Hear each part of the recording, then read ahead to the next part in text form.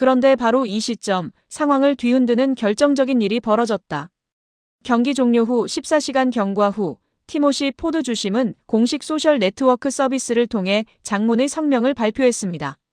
메이저리그 사커 MLS 심판들은 일반적으로 판정 관련 직접 사과를 거의 하지 않는 관행상, 이는 전례 없는 사건으로 기록될 것입니다. 포드 주심은 다음과 같이 밝혔습니다. 경기 99분 장면을 재검토한 결과 당시 제가 실시간으로 판단한 가벼운 충돌은 명백한 오판이었음을 인지했습니다. 라보르다 선수의 무릎이 손흥민 선수의 발목을 건드린 순간을 포착하지 못했으며 이는 규정상 트리핑 파울에 해당하여 페널티킥이 선언되었어야 했습니다. 그는 또한 비디오 판독 VAR 팀과의 소통 부재에 대해서도 언급했습니다. VAR 팀과의 소통에 실패했습니다. 그들은 충분한 앵글 확보가 불가능하다고 보고했으나 재검토 결과 해당 앵글은 분명히 존재했습니다. 이는 VAR 절차상의 명백한 오류이며 저는 이에 대한 책임을 통감하고 있습니다. 마지막으로 포드 주심은 손흥민 선수에게 직접 사과했습니다. 손흥민 선수에게 개인적으로 사과드립니다. 그는 경기 내내 뛰어난 경기력을 보여주었으며 저의 오판은 그의 노력과 팀의 결과에 중대한 영향을 미쳤습니다.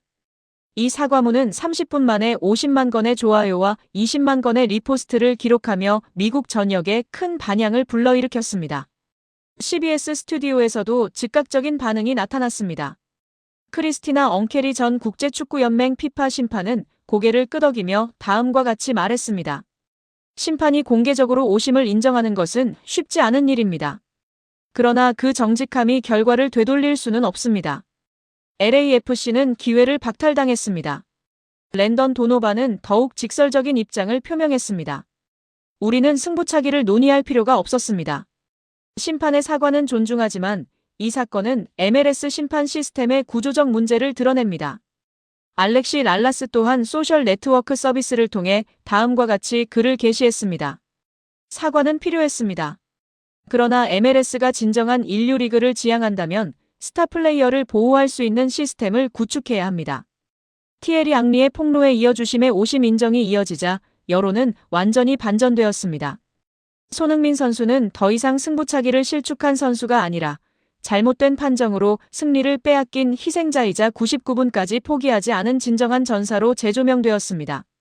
팬들은 다음과 같이 의견을 밝혔습니다. 우리는 잘못된 사람을 비난하고 있었습니다. 손흥민 선수는 실패한 것이 아니라 빼앗긴 것입니다.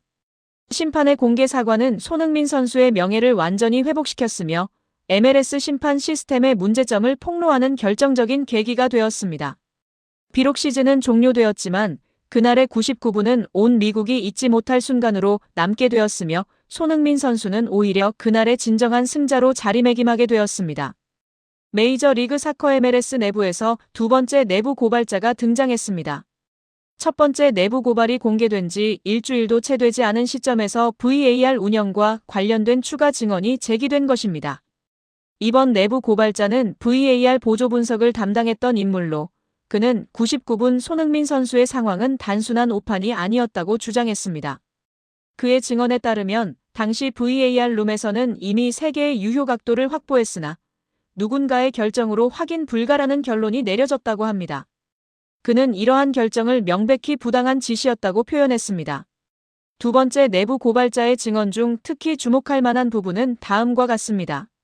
우리는 주심에게 리뷰를 권고해야 한다고 여러 차례 언급했습니다. 그러나 최종 지시자는 경기 흐름 유지를 이유로 지속적인 제동을 걸었습니다. 그가 언급한 최종 지시자의 신원은 아직 확인되지 않았습니다.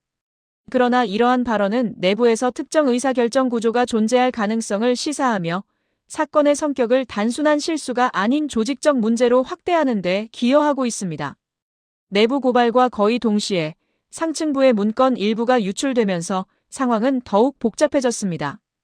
해당 문건은 심판운영국 내부 지침으로 추정되며 메모에는 민감한 내용이 포함되어 있었습니다. 특히 논란이 된 문장은 다음과 같습니다. 논란 상황에서의 심판 개입은 리그 이미지에 부정적 영향을 미칠 수 있으므로 가능한 경우 현장 판정 유지 원칙을 우선적으로 고려해야 합니다. 이 지침이 실제로 적용된 것인지 혹은 단순히 초안 단계에 있었는지는 아직 밝혀지지 않았습니다. 그러나 2명의 내부 고발자의 증언과 결합되면서 해당 문장은 팬들 사이에서 강력한 의혹을 불러일으키고 있습니다. 팬들은 리그 차원의 판단 개입이 있었던 것이 아니냐는 비판을 제기하고 있습니다. 일부 전문가들은 이 문건이 사실일 경우 MLS가 경기 운영의 독립성을 훼손한 것이라고 단언했습니다. MLS 사무국은 문건의 진위 여부에 대한 언급을 자제하고 있습니다. 그러나 내부 문건이 유출되었다는 사실만으로도 이번 사태가 단순한 판정 논란 수준을 넘어섰다는 평가가 나오고 있습니다. 현재 상황에서 핵심은 VAR 운영 중단을 최종적으로 결정한 주체와 유출된 문건이 공식 정책으로 채택되었는지에 대한 의문이 제기되고 있습니다. 두 번째 내부 고발자의 등장으로 사건은 새로운 국면에 접어들었으며 상층부 문건 유출은 이미 심각한 파장을 야기하고 있습니다. 추가적인 내부 고발과 새로운 문서가 존재한다는 소문이 확산되면서 사건의 실체는 여전히 불분명한 상태입니다. 티모시 포드 주심에 대한 중징계 발표 이후 메이저리그 사커 MLS 내부에서는 예상보다 훨씬 큰 혼란이 지속되고 있습니다.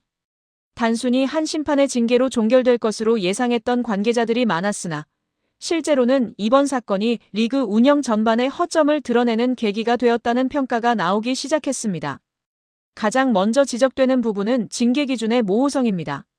리그는 포드 주심에 대한 중징계 이유로 절차적 위반을 명시했으나 구체적으로 어떤 절차를 위반했는지는 명확히 밝히지 않았습니다.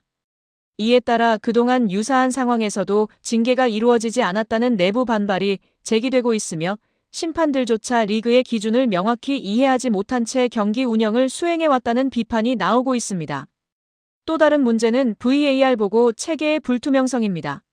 손흥민 선수의 99분 상황 등 여러 논란이 된 판정에서 VAR팀의 판단 근거가 외부로 전혀 공개되지 않았으며 내부에서도 일부 관계자가 VAR 센터와 현장 심판 간의 커뮤니케이션 기록을 제대로 남기지 않는 경우가 빈번하다고 폭로하면서 파장이 확대되고 있습니다.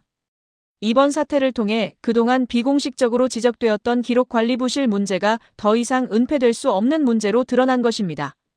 이러한 불만은 결국 팬들에게로 확산되기 시작했습니다. 특히 손흥민 선수 사건과 관련하여 미디어 및 소셜 네트워크 서비스를 통해 큰 이슈가 되면서 MLS 팬들 사이에서는 리그 전체 판정 신뢰성 문제를 시급히 개선해야 한다는 목소리가 급격히 커지고 있습니다. 일부 팀 팬들은 구단을 통해 리그의 공식 질의를 제기했으며 경기장 앞에서 항해 시위를 준비하는 커뮤니티까지 형성되고 있습니다. 팬들의 지속적인 압박은 리그 운영진에게 상당한 부담으로 작용하고 있습니다. 조용한 플래시 세례가 이어지는 가운데 메이저리그 사커 MLS 회장 돈 가버가 단상에 올랐습니다. 그의 표정은 단호했으며 목소리는 평소보다 낮고 굳어 있었습니다. 돈 가버 회장은 다음과 같이 발언했습니다. 지난 24시간 동안 MLS는 매우 무거운 책임감을 느끼고 있습니다. 99분 판정과 비디오 판독 VAR 프로토콜 오류는 단순한 오심을 넘어 리그의 공정성을 심각하게 훼손한 사건이었습니다. 티모시 포드 주심이 자신의 소셜 네트워크 서비스 SNS를 통해 공개 사과문을 발표한 것은 진정성을 보여주는 행동이었습니다. 그러나 사과가 책임을 대신할 수는 없습니다. 리그는 이번 사안을 매우 중대한 절차적 실패로 판단했습니다. 따라서 MLS는 다음과 같은 결정을 내렸습니다. 티모시 포드 주심을 즉시 경기 배정에서 배제하고 향후 3개월간 공식 경기 판정 업무를 정지합니다. 또한 VAR 프로토콜 전면 재교육 프로그램 이수 후 복귀 여부를 재심사할 예정입니다. 이번 경기 VAR 담당 심판진 또한 동일하게 배정 정지 조치를 적용합니다. 이는 MLS 역사상 가장 강력한 징계 중 하나입니다. 이어 기자가 질의했는데요. 회장님, 99분 장면은 손흥민 선수 소속팀이 받을 수 있었던 결정적 페널티킥이었습니다. 이 결정이 시즌 성적에 영향을 미친 사실을 인정하십니까? 가버 회장은 다음과 같이 답변했습니다. 네. 그 영향력을 인정합니다. LAFC는 기회를 잃었고 손흥민 선수는 부당한 판단으로 인해 피해를 입었습니다. 리그는 이 사실을 매우 심각하게 받아들이고 있습니다.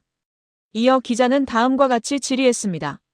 손흥민 선수에게 직접적인 사과 또는 보상 계획이 있습니까? 가버 회장은 다음과 같이 답변했습니다. 손흥민 선수에게는 공식적으로 사과문을 전달할 예정입니다. 보상 문제는 규정상 승부 결과를 바꿀 수는 없지만 선수 보호 시스템 강화와 재발 방지 대책을 즉시 추진하겠습니다. 주심의 역사적 사과에 이어 MLS 본사가 직접 중징계를 발표하면서 사태는 새로운 국면을 맞게 되었습니다. 손흥민 선수는 단순한 피해 선수가 아니라 리그 시스템을 움직인 사건의 중심 인물로 부상했으며 MLS는 이번 사건을 계기로 심판 프로토콜 개혁이라는 거대한 숙제를 안게 되었습니다. 한국 축구의 전설 박지성 선수가 홍명보 축구 국가대표팀 감독의 지난 브라질전 전술 및 선수 구성에 대한 의견을 제시했습니다. TVN 유튜브 채널에서 7일 공개된 역대급 게스트 박지성 등장. 박지성과 TVN 축구 중계진이 들려주는 친선 경기 프리뷰 영상에서 박지성 선수는 지난 10월 A매치 브라질전에 대한 솔직한 평가를 공유했습니다. 홍명보 감독이 이끄는 대한민국 축구 국가대표팀은 지난 10일 서울 월드컵 경기장에서 열린 브라질과의 A매치 친선 경기에서 0대5로 패배했습니다. 전반 13분 이스테방 선수, 41분 호드리고 선수에게 실점한 대표팀은 후반 2분과 4분에도 각각 이스테방, 호드리고 선수에게 연속 실점했고 비니시우스 선수에게도 실점을 허용하며 경기를 마무리했습니다. 예상된 패배였으나 경기 내용은 팬들의 기대에 미치지 못했다는 평가가 다수였습니다. 영상에서 박지성 선수는 전후반 내내 동일한 전술을 유지했습니다. 기본 선수 구성 또한 상당히 공격적인 5-4-1 포메이션이었습니다.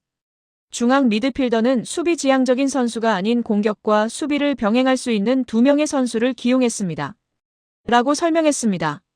이어 스리톱의 오른쪽과 왼쪽에는 중앙 지향적인 선수들을 배치했고 양쪽 윙백은 높은 위치까지 올라가는 성향의 선수들로 구성되었습니다. 라며 결과적으로 경기는 기대에 부응하지 못했습니다. 오히려 우리가 내려서서 수비하는 모습을 보였는데 이러한 선수 구성으로 이러한 전술을 구사하는 것이 적절한가라는 의문이 들었습니다. 라고 밝혔습니다. 당시 대표팀의 선발 명단은 골키퍼 조현우 선수, 백스리 김주성, 김민재, 조유민 선수, 좌우 윙백 이태석, 서령호 선수, 중앙 미드필더 백승호, 황인범, 최전방 스리톱 이재성, 손흥민, 이강인 선수로 구성되었습니다. 박지성 선수는 강호 브라질을 상대로 공격적인 선수 구성을 하고도 경기에서는 수비적인 전술을 택했던 홍 감독의 판단에 의문을 제기한 것입니다. 박지성 선수의 분석에 따르면 황인범 선수와 백승호 선수 모두 수비적인 역할에 적합한 선수 유형이 아니었으며 이태석 선수와 서령호 선수 모두 공격적인 성향이 강한 선수들로 구성되었습니다. 또한 이재성 선수와 이강인 선수 모두 측면에서의 아이솔레이션을 노리기보다는 공을 소유하고 안쪽으로 파고드는 플레이 스타일을 선호하는 것으로 나타났습니다. 따라서 해당 경기의 전술적 목표는 내려서서 카운터 어택을 노리는 것이었으나 수비적인 경기 운영과 역습을 위한 선수 구성은 적절하지 않았다는 평가를 받았습니다.